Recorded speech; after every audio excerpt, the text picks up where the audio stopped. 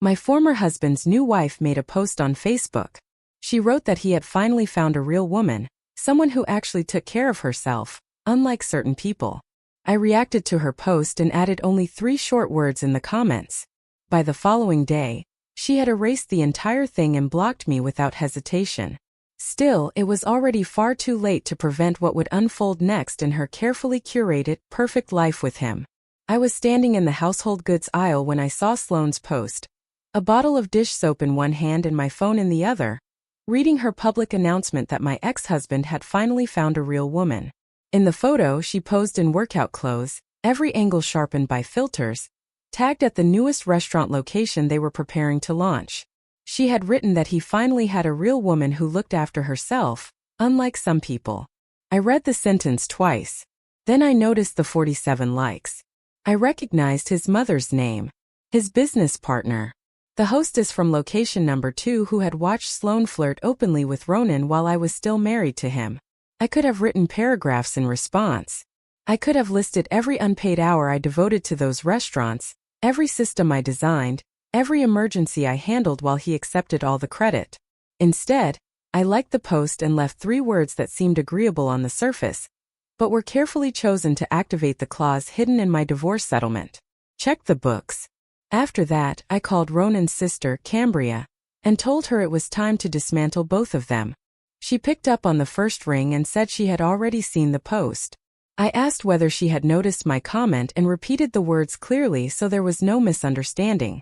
Check the books. She laughed briefly and said I was actually going through with it.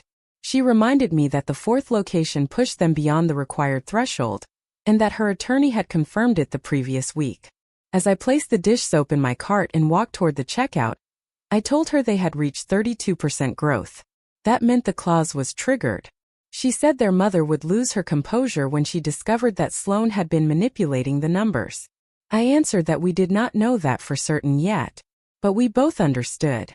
Cambria had been suspicious for months. There were small inconsistencies that never quite aligned, employee complaints that quietly disappeared, profit margins that appeared unrealistically strong considering the cost of expansion.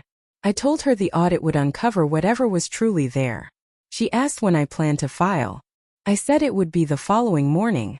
I would proceed with settlement enforcement, challenge the business valuation, and submit a request for forensic accounting. It would take them completely off guard. Cambria grew quiet and then said this situation was going to become extremely unpleasant. I told her it had already been unpleasant since Ronan brought Sloane to Christmas dinner while our divorce was still in progress. I stepped into line behind a woman struggling with 2 screaming toddlers. I said I was finished being the person who remained silent just to preserve peace. Cambria responded that she would begin preparing her presentation for the board meeting. Once my audit request was officially submitted, their father would be forced to call an emergency session. That would be the moment she presented everything she had gathered. We ended the call.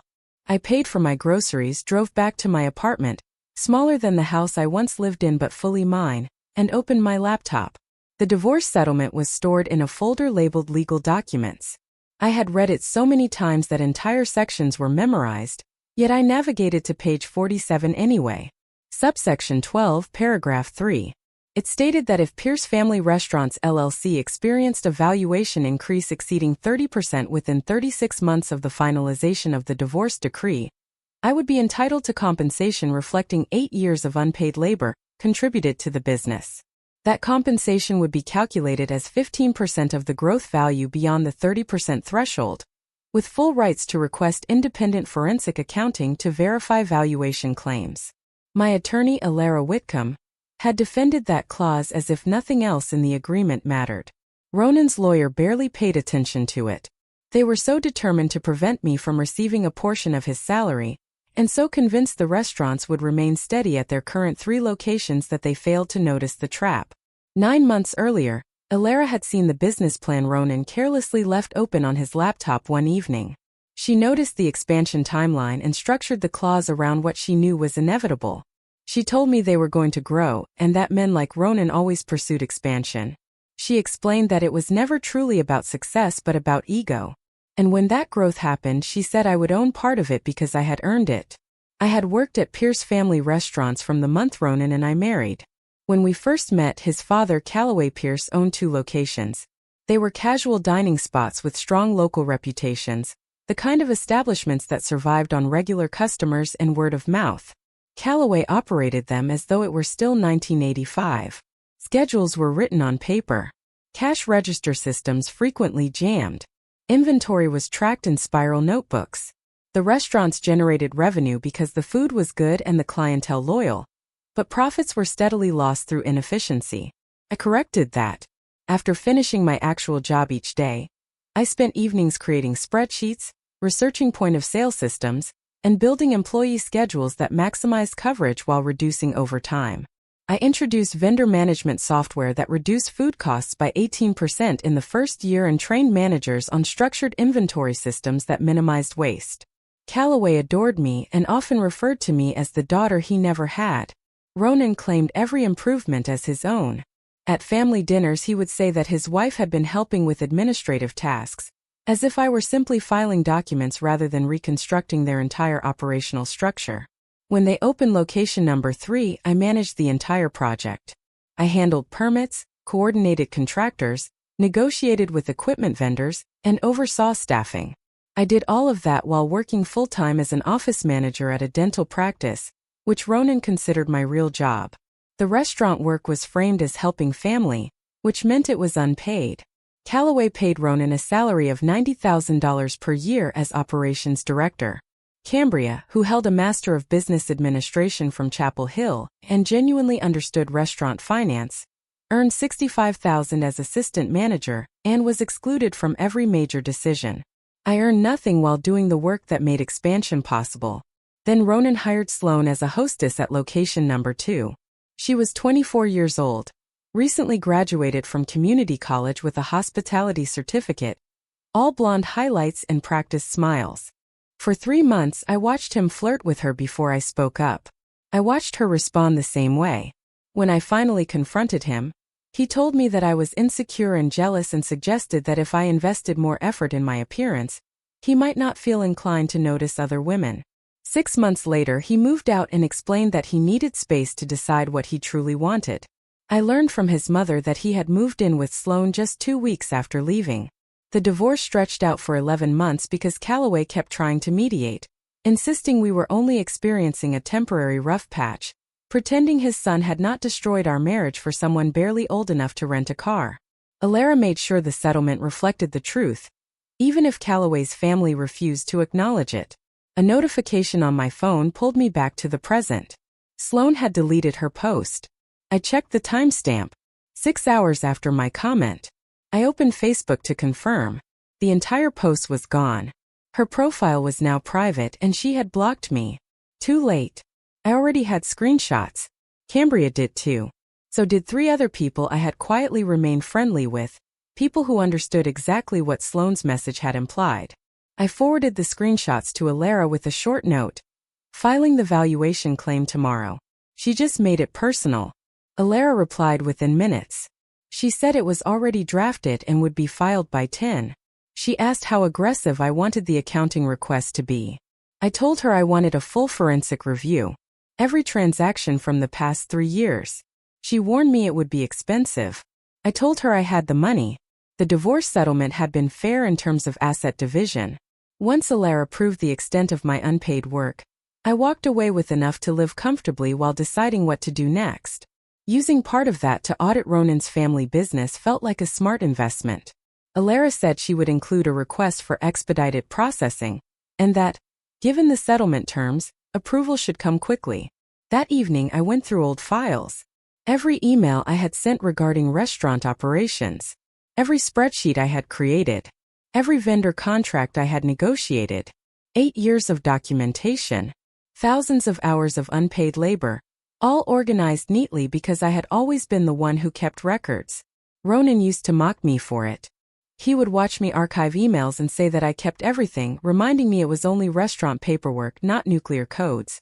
It turned out that documentation mattered when building a case in court. Alara had relied heavily on those files to structure the unpaid labor argument. The next morning, I was drinking coffee when my phone rang. Alara told me it was filed. The court had accepted the expedited request and would assign a forensic accountant by the end of the week. I asked if it was really happening that fast. She explained that the settlement clause was airtight and that my documentation made the decision easy. The judge reviewed it and approved it immediately. She added that Ronan would receive notification that same day. I said that was good. She told me I needed to prepare for things to turn ugly. Callaway would try to shield the business. Ronan would accuse me of being vindictive. Sloan would position herself as the victim. I told her to let them. I went to work at the dental office, answered calls, scheduled cleanings and root canals, and avoided checking my phone until lunch.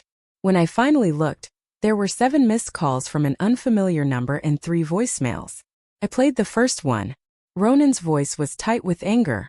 He demanded to know what I was doing. His lawyer had just called about an audit. He insisted I could not do this, that the settlement was finalized, and that I needed to cancel it immediately. I deleted the message. The second voicemail was from Callaway Pierce. He said he was deeply disappointed and believed we had ended things on respectful terms. He warned that the audit could damage the family business, and said he knew I did not truly want that. He asked me to call so we could discuss it reasonably. This was the same Callaway who had chosen his son over acknowledging what Ronan had done. The same Callaway who had brought Sloan to the settlement negotiation and introduced her as Ronan's fiancée before my divorce was finalized. I deleted that message as well. The third voicemail was from Sloan. She said she did not know what kind of game I thought I was playing, but it would not succeed. She claimed Ronan had told her about the clause and insisted there was nothing wrong with their books. She accused me of being bitter because he was happy now and told me to grow up. That one I saved. I sent it to Alara with a note explaining that the new wife was now actively defending the business. Alara called immediately and said it was a gift. Sloan had just admitted she had access to financial information. If the audit uncovered wrongdoing, that admission could establish knowledge. I asked whether she truly believed the audit would find anything. Alara reminded me that a 26-year-old with a hospitality certificate had been running marketing for a business that expanded 3 locations in 2 years.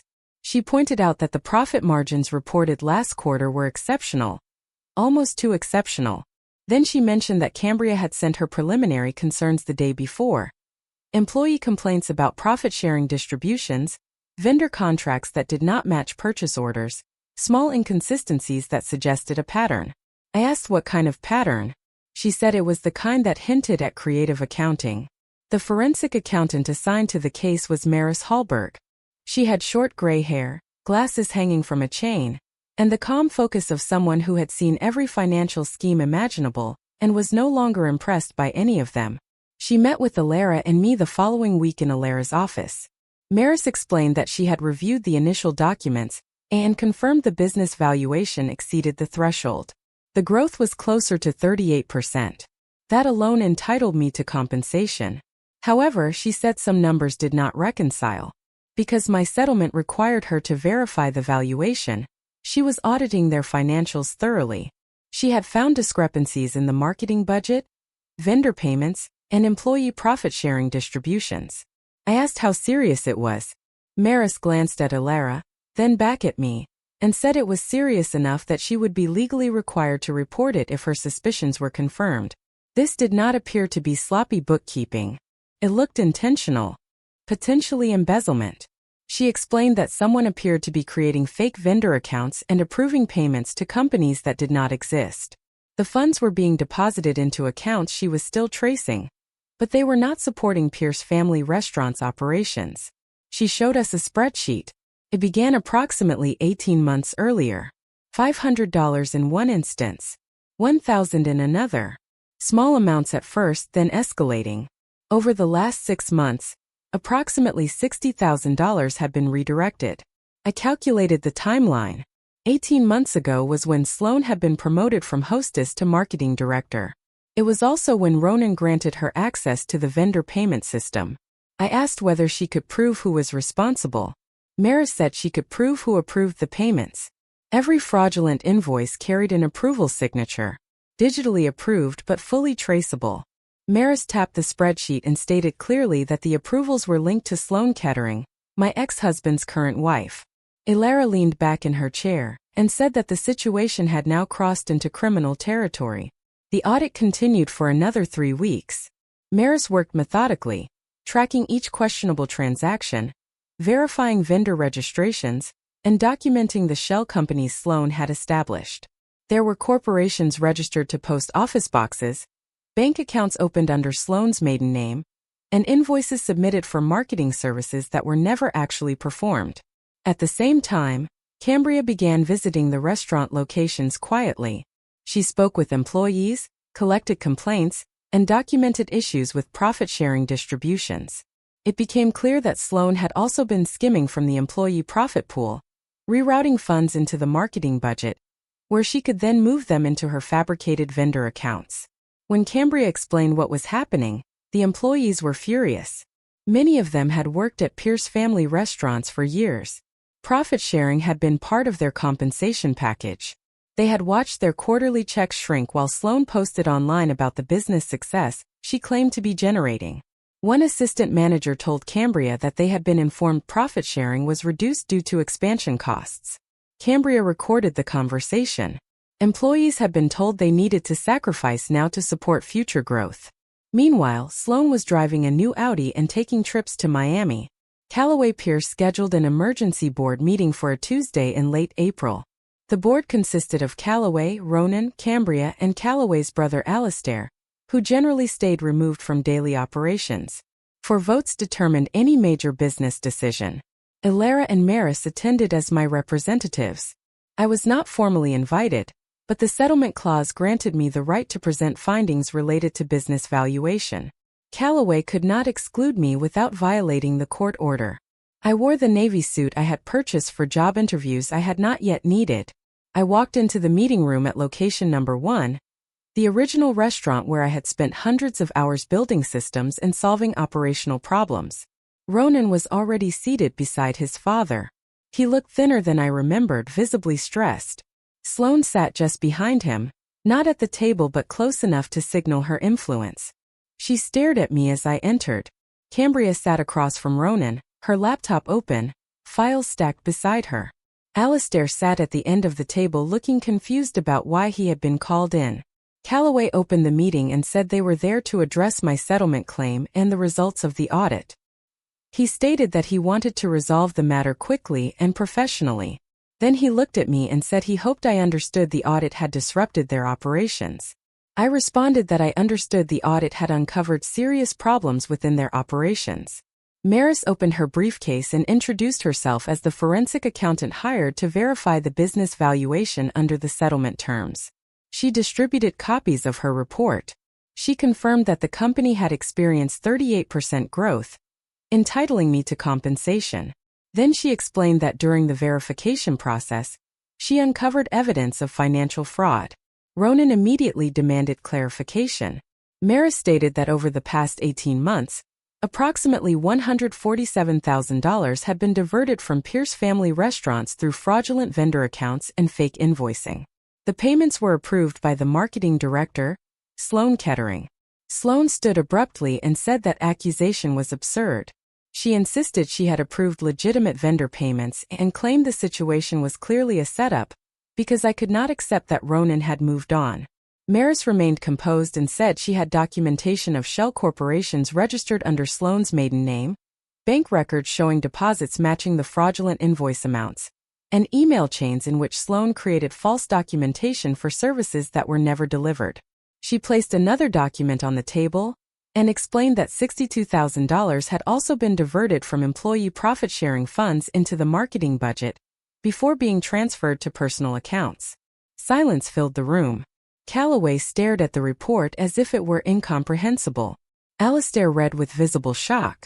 Ronan looked at Sloan, and something shifted in his expression. Cambria spoke next. She stated that she had conducted an internal review and had written complaints from 14 employees regarding discrepancies in profit sharing. Employees had been told expansion costs reduced their distributions, which was untrue. She said plainly that Sloan had taken their money. Sloan's voice trembled as she denied stealing anything. She insisted the expenses were legitimate business costs related to marketing, consulting, social media management, and brand development. Maris responded that the company's billing for those services did not exist and were registered to post office boxes, with associated bank accounts in Sloane's name. Ronan finally addressed Sloane directly and asked what she was being accused of.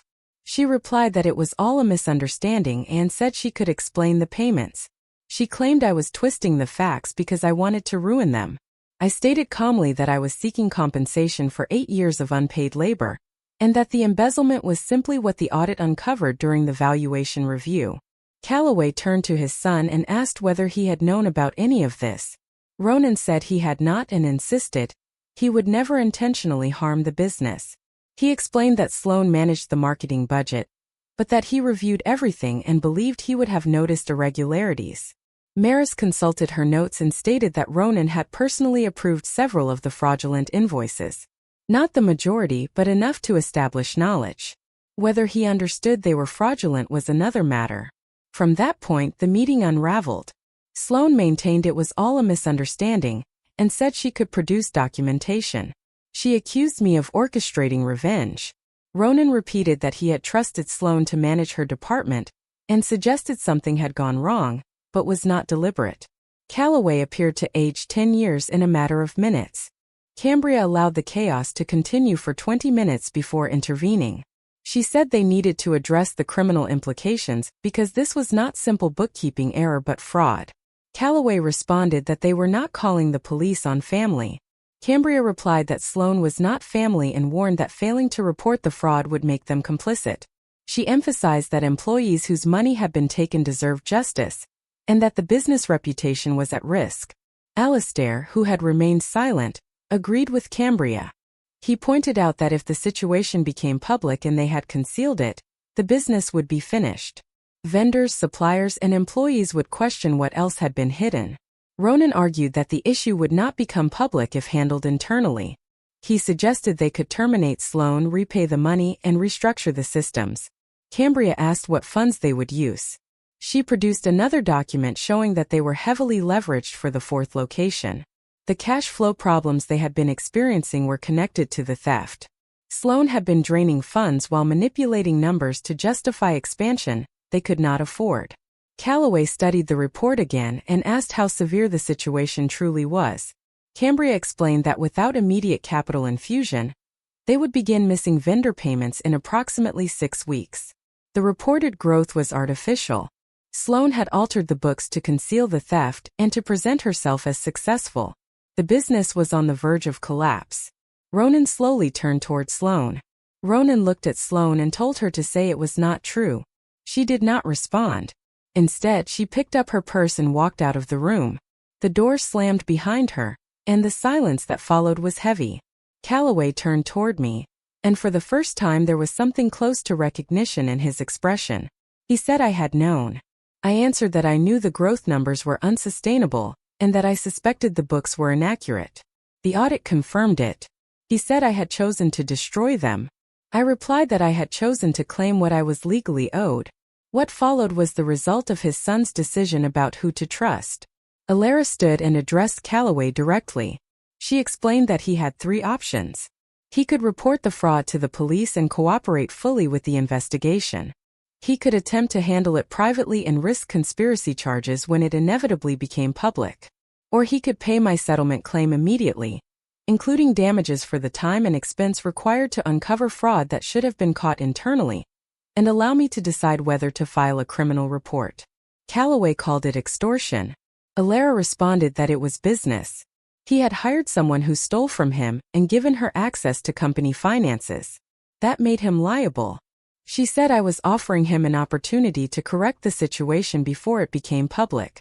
Calloway looked at Ronan and said this was his responsibility. Ronan insisted he had no knowledge and asked how he could have known. Calloway replied that he had been thinking with the wrong instincts instead of using sound judgment, just as he had done before. Calloway then stood and called for a board vote to terminate Sloane Kettering effective immediately. He appointed Cambria as operations director.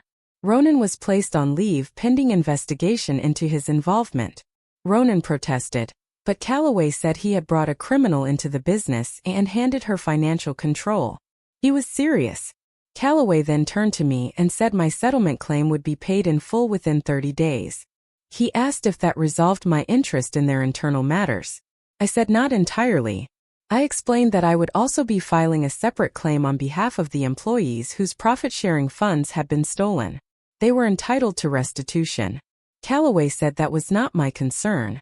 I responded that it became my concern if he expected me to remain silent about how long the fraud had been occurring while I was still married to his son and working there unpaid.